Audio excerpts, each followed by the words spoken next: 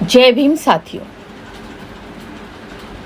आज हम आपको बाबा साहब अम्बेडकर के द्वारा लिखा गया एक पेपर था, caste in India, their mechanism, genesis and development. ये पेपर इसलिए आपको पढ़ना ज़रूरी है कि हम दलित होने के नाते अछूत, पिछड़े, अंत्यजा, पंचमा, ये सब नाम हमारे थे। उसके नाते समाज ने जिस तरह अछूतों को, दलितों को अलग रखा, उसके पीछे बहुत सारे कारण दिए गए। और वो क्या कारण है, इस जाति व्यवस्था के क्या कारण है? जब आपसे कोई पूछता है कि तुम्हारी जात क्या है, या जो जिस तरह के भी जो बहिष्कार करने के जो तरीके होते हैं समाज के, उस सब का जवाब आपको इसमें मिलेगा। ये पेपर पढ़ना और सुनना आपके लिए बेहद ज़रूरी है। ये उतना ही ज़रूरी है जितना हम इस दुनिया में आए, पैदा हुए और उसके बाद हमें एक अच्छा इंसान बनके या एक अच्छा अवेयर दलित बनके रहने में ज़रूरी है। मैं दलित वर्ड इसलिए यूज़ कर रही हूँ क्योंकि ये एक अम्ब्रेला टर्म है जो यूज़ करते हैं। इस पर बहुत सारे लोगों के अलग अलग विचार है, लेकिन इसमें मैं ज़्यादातर यही शब्द बोलूँगी। तो अब ये caste in India, their mechanism, genesis and development, इसको आपको पढ़ना है। इसकी डिटेल जब आप किसी से बात करें तो ये डिटेल आपके पास होनी चाहिए। ये प्रोफेसर ए गोल्डनवाइजर के लिए कोलंबिया यूनिवर्सिटी में 9 मई 1916 को बाबा साहब ने एक सेमिनार में ये पेपर प्रेजेंट किया था। और ये पेपर बहुत ज़रूरी है। आप सबसे पहले जब अम्बेडकर की राइटिंग पढ़ना शुरू करते हैं तो सबसे पहले आपको इसी को पढ़ना है। मैं आपको इसको पढ़ के सुनाती हूँ, उसके बाद आप इसको अपनी भाषा में इसको बार बार पढ़ें और इसको समझने की कोशिश करें। अपने लेवल पे आर्गुमेंट डेवलप करें कि कास्ट क्यों ख़त्म होनी चाहिए, कास्ट इन इंडिया। देखिए, अम्बेडकर का, बाबा साहब अम्बेडकर का पूरा जो लड़ाई थी उसमें ये था कि भाई कास्ट ख़त्म करनी है। तो आज जो लोग बोलते हैं ना कि जाति व्यवस्था है, जाति व्यवस्था है, तो जाति व्यवस्था सबसे पहले वही ख़त्म करना चाहता है जो उस जाति के दंश से प्रभावित है, उससे उसकी ज़िंदगी इफेक्टेड है। तो बाबा साहब का मेन मकसद ही ये था कि जाति ख़त्म होनी चाहिए, इसीलिए उन्होंने एनहाइलेशन ऑफ कास्ट लिखा था। तो ये पेपर आपको पढ़ना ज़रूरी है, सुनना ज़रूरी है। मैं आपको सरल भाषा में इसको समझाने की कोशिश करूँगी और इसको बताने की कोशिश करती हूँ। तो चलिए पढ़ते हैं। जय भीम और पढ़ाई शुरू करते हैं। Caste in India. Many of us, I dare say, have witnessed local, national or international exposition of material objects that make up the sum total of human civilization. But few can entertain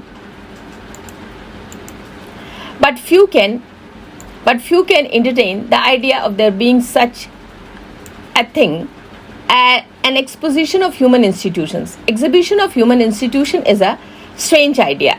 Some might call it the wildest of idea, but as student of anthropology, I hope you will not be hard on this innovation, for it is not so, and to you at least it should not be strange.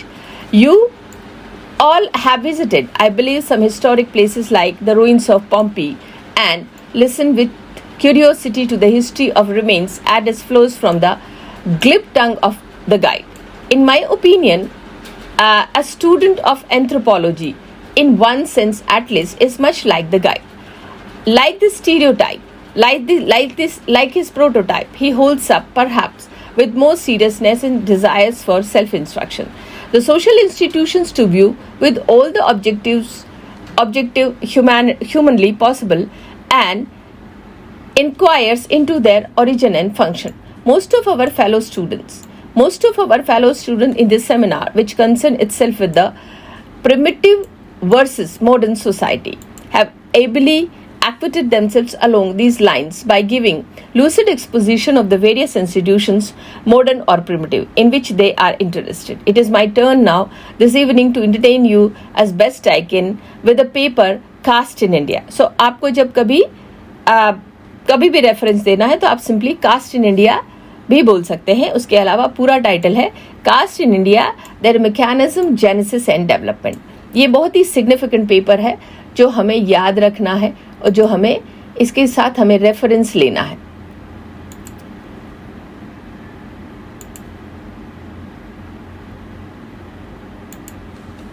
तो ये आपको याद रखना है, caste in India, their mechanism, genesis and development. I need hardly remain, मैं थोड़ी गलती भी करूं तो प्लीज मुझे माफ कर दीजिएगा। आई need hardly remind you of the complexity of the subject I intend to handle. Subtler minds and abler pens than mine have been brought to the task of unraveling the mysteries of caste, but unfortunately, it still remain in the domain of the unexplained, not to say of ununderstood. I am quite alive to the complex intricacies of a होरे institution like caste. बाबा साहब इसको होरे institution like caste बोलते हैं। और ये paper English में है, तो आपको इंग्लिश पढ़नी है। अंबेडकर ने, बाबा साहब अंबेडकर ने भी इंग्लिश में ही लिखा है, तो हम बाबा साहब के बच्चे हैं, तो हमें अंग्रेजी पढ़नी है। But I am not so pessimistic as to relegate it to the reign of unknowable, for I believe it can be known. The caste problem is a vast one, both theoretically and practically. Practically, it is an institution that presents tremendous consequences. बाबा साहब कहते हैं कि ये एक ऐसी संस्था है जिसके परिणाम बहुत भयानक है, बहुत खतरनाक है। It is a local problem, but one capable of much wider mischief.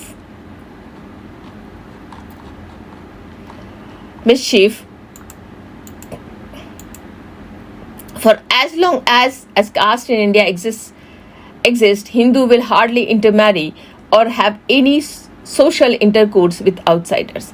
Cast क्या करती है? आपको बाकी कम्युनिटीज़ के साथ शादी करने से मना करती है, क्योंकि आगे बाबा साहब बहुत अच्छी तरह इसमें 3 राइटर को कोट करते हैं और वो ये बताते हैं कि लोग कास्ट को मेंटेन करना क्यों चाहते हैं, क्यों कास्ट पे इतना जोर देते हैं। उसके पीछे 3 या 4 कारण ज़रूरी बताएं, और वो कारण क्या है वो और किस आधार पे है वो हम पढ़ेंगे।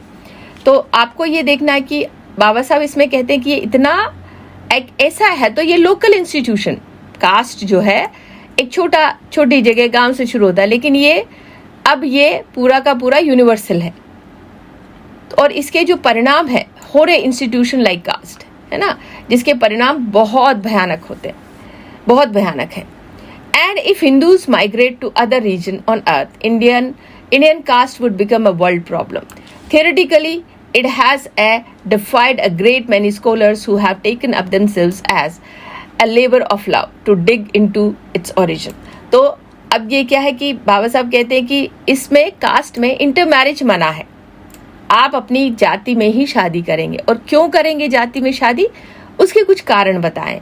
उस कारण में इससे पहले भी बाबा साहब अम्बेडकर कास्ट पे लिखते हैं, उससे पहले भी कुछ राइटर्स हैं जिन्होंने लिखा है, उनको बाबा साहब अभी कोट करेंगे। Such being the case, I can not treat the problem in its entirety, time, space and acumen, I am afraid. तो बाबा साहब कहते हैं कि मैं इस पूरी प्रॉब्लम को, कास्ट को पूरा डिटेल में नहीं लिख सकती, क्योंकि मेरे पास टाइम की और जगह की प्रॉब्लम है, मुझे एक लिमिटेड पेपर लिखना है। Would for all fail me if I attempt to do otherwise than limit myself to a phase of it, namely the genesis, mechanism and spread of the caste. तो बाबा साहब 3 point उठा रहे हैं cast में, इसका genesis क्या है, इसकी मैकेनिज्म क्या है, और ये किस तरह से कास्ट सब जगह स्प्रेड हो गया, फैल गया। I will strictly observe this rule and will dwell on extraneous matter only when it is necessary to clarify or support a point in my thesis. To proceed with the subject, according to well-known ethnologists, the population of India is a mixture of Aryans, Dravidians, Mongolians and Scythians. ये history बता रहे हैं कि हमारी देश की जो population है वो किस किस का मिक्सचर है, हमारे यहाँ पे कौन कौन सा मिक्सचर है कम्युनिटीज़ का। तो ये है, हम आर्यंस, द्रविडियंस, मंगोलियंस और सिंथियंस रेस से बिलोंग करते हैं। All these stocks of the people came into India from various directions and with various cultures centuries ago when they were in the tribal state. They all in turn elbowed their entry into the country by fighting with their predecessors, and after a stomach full of it settled down as peaceful neighbors.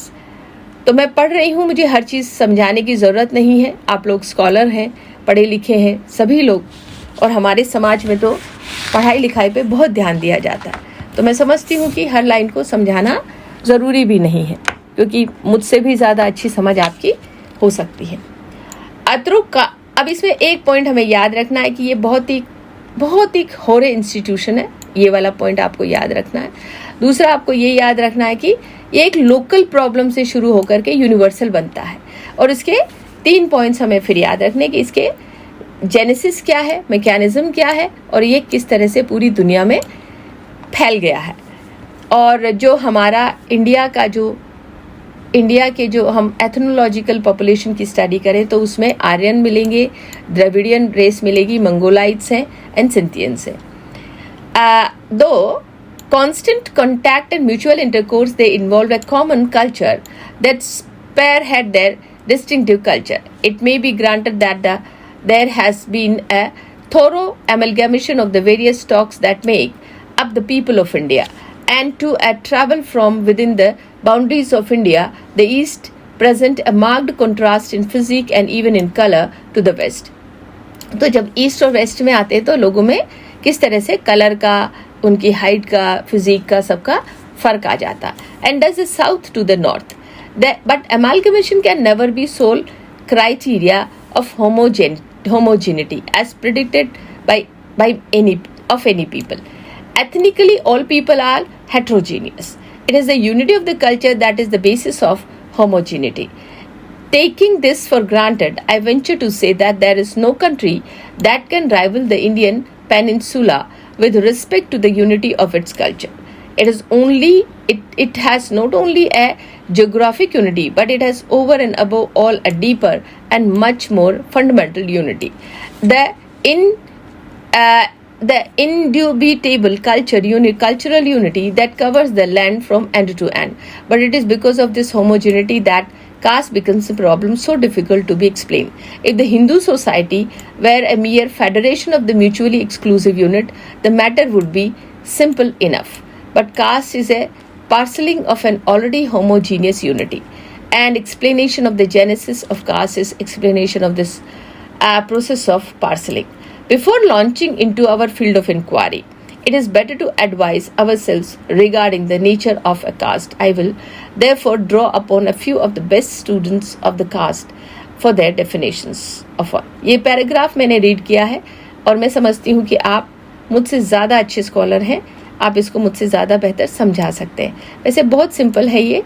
इसमें वो कहा कि जो भी दुनिया में जितने भी लोग हैं वो अलग अलग रेस से आते हैं, उनका जो एथनोग्राफी है उसका अलग स्ट्रक्चर होता है, और किस तरह से इंडियन पेनिनसुला में किस तरह से हमारा अलग एथनिकली हम हेट्रोजीनियस है। ये देखिए, एथनिकली हेट्रोजीनियस है। हेट्रोजीनियस मतलब बहुत सारे अलग अलग हैं, होमोजीनिटी नहीं है। और कल्चर में जनरली कल्चर में होमोजीनियस होता, होमोजीनियस मतलब मिलता जुलता, और हेट्रोजीनियस होता है बिल्कुल अलग अलग। तो एथनोग्राफिकली हम लोग अलग अलग हैं, लेकिन होमोजीनिटी है कल्चर में, और उसमें भी फिर थोड़ा सा अलग है। तो कास्ट किस तरह से वर्क करता है, इसके पहले अंबेडकर कहते हैं कि मेरे से पहले कुछ लोग हैं, स्कॉलर्स हैं, जिन्होंने इसको लिखा है। आपको ये नाम याद रखने हैं। एक है मिस्टर सैनार्ड, प्लीज़, ये फ्रेंच अथॉरिटी है, बहुत ही बड़े स्कॉलर हैं, इनकी बुक भी है। फिर एक दूसरे राइटर हैं मिस्टर नैशफील्ड, और ये देखिए, ये राइटर इसलिए ज़रूरी है आपको कोट करना क्योंकि बाबा साहब अम्बेडकर ने अपने पेपर में इनको लिखा है। तो आप जब अपना आर्गुमेंट देते हैं तो आपको ये राइटर याद रखने हैं, और इनका जो क्या आर्गुमेंट है, क्लासिकल बेसिक क्या आर्गुमेंट है, वो आपको याद रखना है। ये है केतकर। अब मैं आप फिर से नाम याद करवाती हूँ आपको। 4 स्कॉलर को इन्होंने मेंशन किया है बाबा साहब ने। मिस्टर सैनार्ड जो कि फ्रेंच अथॉरिटी है, एक है मिस्टर नैशफील्ड, और फिर है सर एच रिस्ले और डॉक्टर केतकर। ये चारों लोग बाबा साहब अम्बेडकर से पहले कास्ट पे बात करते हैं, किताब में मेंशन करते हैं, और वो क्या ओपिनियन देते हैं कि कास्ट क्या है, ये किस तरह से फंक्शन करता है, कास्ट की आइडेंटिटी क्या है, इसके बेसिक स्ट्रक्चर क्या है, ये सारी चीज़ें हमें समझ में आएगी। मैं फिर से एक बार आपको रिमाइंड कराती हूँ, ये चारों स्कॉलर आपको याद रखने हैं, mister Senart, mister Nesfield, HR Risley and Ketkar. अब मैं इनको पढ़ती हूँ, फिर हम चारों के पॉइंट्स को एक बार जनरली समझेंगे, फिर हम इनको अलग अलग समझेंगे। A close cooperation in the theory at any rate, okay? A close cooperation in theory at any rate rigorously hereditary equipped with a certain tradition and independent organization, including a chief and a council, meeting on the occasion in assemblies of more or less plenary authority and joining together at certain festivals, bound together by the common occupation which relate more particularly to the marriage and food to and question of the ceremonial pollution and rolling its members by the exercise of jurisdiction, the extent for which varies, but which succeed in making the authority of the community more felt by the sanction of certain penalties and above all by final irrevocable exclusion from the group. ये मैंने पढ़ा है, professor सेनाट को पढ़ा है. और एक क्या कहते हैं, मैं फिर से रिपीट करती हूँ, ए क्लोज कॉपरेशन. कास्ट में एक क्लोज कॉपरेशन होता है, मतलब बहुत निट होता है आपस में ना, इनका कॉपरेशन बहुत स्ट्रांग होता है. In theory it any rigorously hereditary, मतलब आपको ये ध्यान रखना ये हेरिडिटरी है, या हेरिडिटी का मतलब है एक ही पारिवारिक या एक ही ओरिजिन से उत्पत्ति है. मान लो कोई भी आप जैसे किसी भी कास्ट को ले लें तो वो ये कहेंगे कि भाई हमारा ओरिजिन उस ऋषि मुनि से हुआ या हम उसके वंशज हैं, तो वो उसी चीज़ को लेके चलते हैं. ये हेरिडिटरी है. Equipped with certain tradition and independent organisation, इनके पर्टिकुलर कुछ ट्रेडिशंस होते हैं और इनमें एक चीफ होगा और council meeting occasion of assemblies more than और less plenary authority joining together. तो ये सारी चीज़ें बस मैं मेन दो पॉइंट इसमें डालती हूँ जो आपको याद रखना. मिसेस सेनाट का जो आर्गुमेंट है ये एक हेरिडिटरी इंस्टीट्यूशन है. क्या है? हेरिडिटरी इंस्टीट्यूशन है, ये आपको याद रखना है. मिसेस सेनाट ने क्या कहा है? Caste is a hereditary institution, है ना. तो ये आपको याद रखना है, ये आपको याद रखना है. HEREDITARY.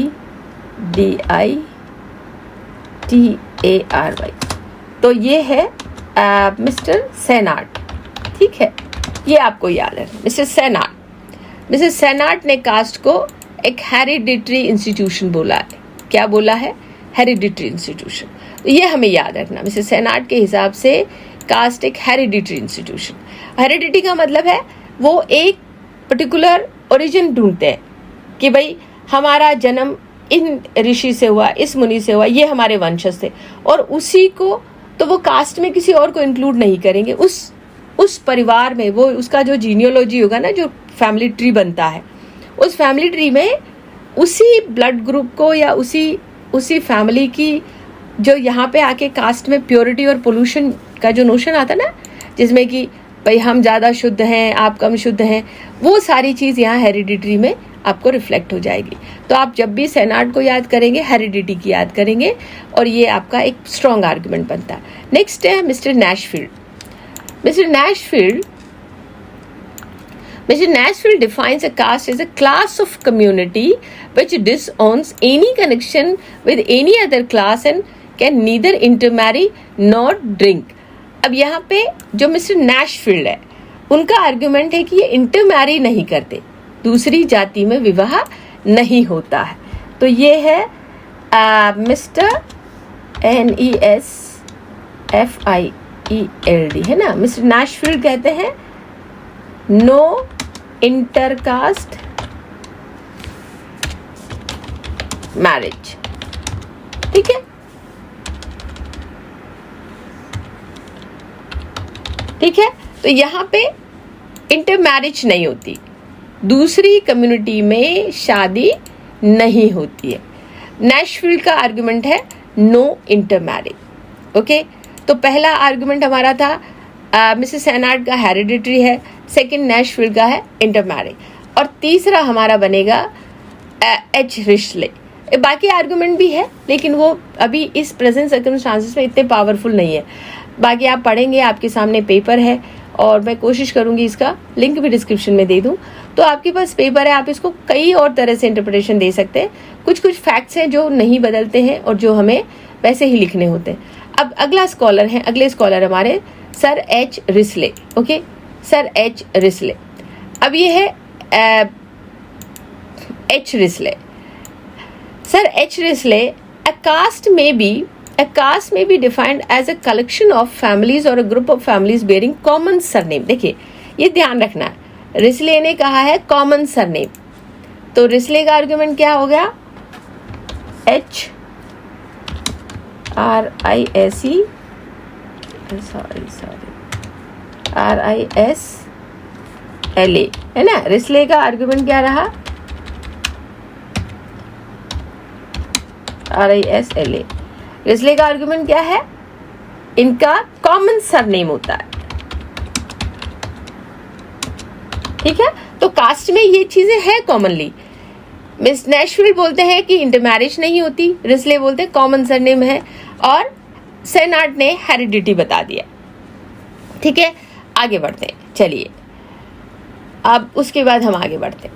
बाकी भी होगा सारा। डिनोट्स और associated with specific occupation claiming common descent from a mythical ancestor, human or divine, professing to follow the same profession, calling, and are regarded by those who are competent to give an opinion as forming a single homogeneous community. तो ये क्या है? Common surname है, और क्या है? एक mythical ancestor होता है, उससे कॉमन सरनेम लेते हैं। डिसेंडेंट्स कहाँ से है? Descendants from the common divide, है ना। तो ये डिसेंडेंट कॉमन डिवाइन डिसेंड से करते हैं, मतलब एक कॉमन इनके मिथिकल वो रहेंगे। ये वाला पॉइंट आपको याद रखना, ठीक है। और केतकर, प्रोफेसर केतकर है, doctor Ketkar defines caste as a social group having two characteristics. Membership is confined to those who are born, and उसके बाद members are forbidden by any inexorable social law to marry outside. तो केतकर ने ये वाले point दिया है कि उनका membership confined on the birth based. तो जो बाबा साहब अम्बेडकर ने बोला ना कि caste is a birth based blot, यहाँ पे प्रोफेसर केतकर की डेफिनेशन से हमें पता चलता है कि ये एक बर्थ बेस्ड ब्लॉट है। क्या है? आपको मेंबरशिप कैसे मिलेगी?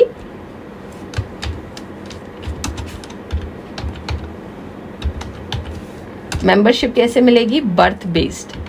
आपको उसमें पैदा होना पड़ेगा। अगर आपको उच्च वर्ग बनना है तो ऊंची जात में पैदा हो, जहाँ पैदा हुए वहीं आपकी कास्ट। और मेंबरशिप क्या? ऐसा नहीं है कि कोई पैदा हुआ और उसके बाद वो सोचता है कि मैं और कहीं जाके या मेंबर बन जाऊँ ना। Membership is only based on the birth based. क्या है ये?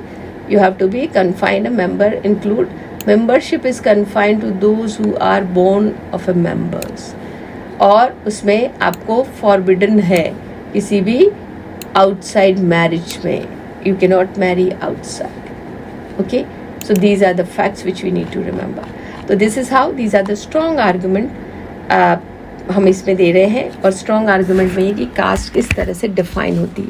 कास्ट हेरिडिटरी होती है, कास्ट में आप इंटरमैरिज नहीं कर सकते, कास्ट में कॉमन सरनेम होता है, और कास्ट बर्थ बेस्ड होती है, और उस ग्रुप के बाहर आप नहीं जा सकते, ठीक है।